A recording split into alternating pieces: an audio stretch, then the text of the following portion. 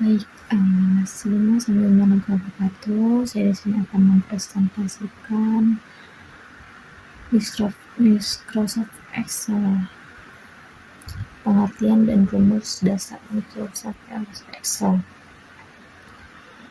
Yang pertama itu pengertian Microsoft Excel. Apa sih Microsoft Excel itu? Microsoft Excel itu adalah program yang bekerja spreadsheet, bisa saja disebut spreadsheet yang digunakan untuk mengolah data, membuat hitungan, analisis, grafik, serta laporan keuangan. Excel memiliki baris, kolom, dan sel tempat data yang dimasukkan. Lalu fungsi utama Microsoft Excel itu apa? Yang pertama itu hitung otomatis, penjumlahan, pengurangan, rata-rata, dan yang kedua itu membuat grafik dan tabel dinamis. Yang ketiga itu mengolah data besar, yang keempat itu membuat laporan keuangan, dan kelima itu analisis data dengan fungsi logika. Yang keempat itu rumus dasar Excel. Yang pertama itu kita bisa sama dengan sum A5 menjumlahkan data, lalu menjumlahkan data. Kita itu sudah ini kita mengambil data juga yang sudah kita siapkan, kita masukkan ke dalam rumus ini dan lalu dijumlahkan. Yang kedua itu average, kita masukkan juga data yang sudah kita buat, lalu menghitung rata-rata.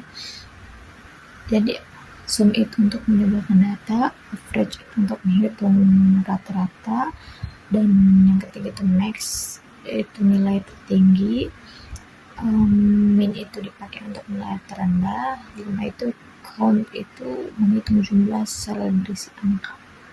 Gitu teman-teman. Yang kelima itu elemen dasar Excel. Yang pertama itu cell, kotak tempat data, dan kita masukkan data-data yang sudah kita miliki. Yang kedua itu row baris, garis horizontal bernomor. Yang ketiga itu kolom, garis vertikal berhuruf. Yang keempat itu formula bar, tempat mengetik rumus. Yang kelima itu worksheet, lembar kerja. Yang keenam itu workbook, keseluruhan file Excel.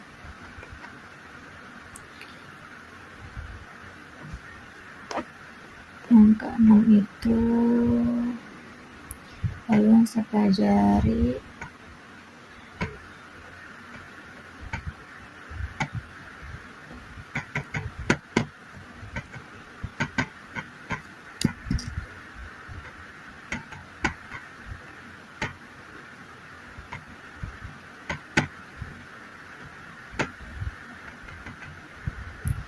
lalu ada rumus dasar Excel yang mana kita gunakan dengan rumus if, bisa disebut dengan rumus if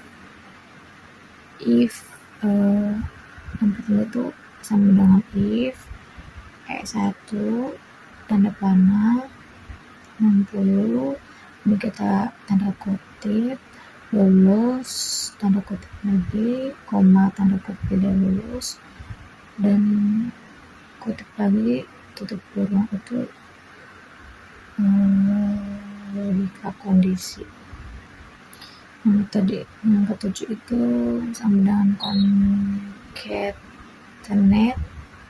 kita masukkan data yang sudah kita miliki, lalu kita gabung teks.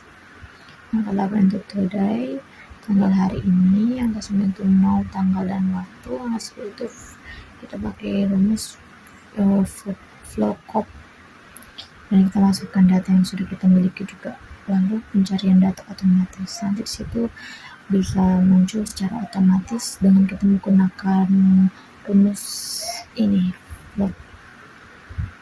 rumus yang kita miliki itu untuk mengotomatiskan data secara mudah gitu teman-teman.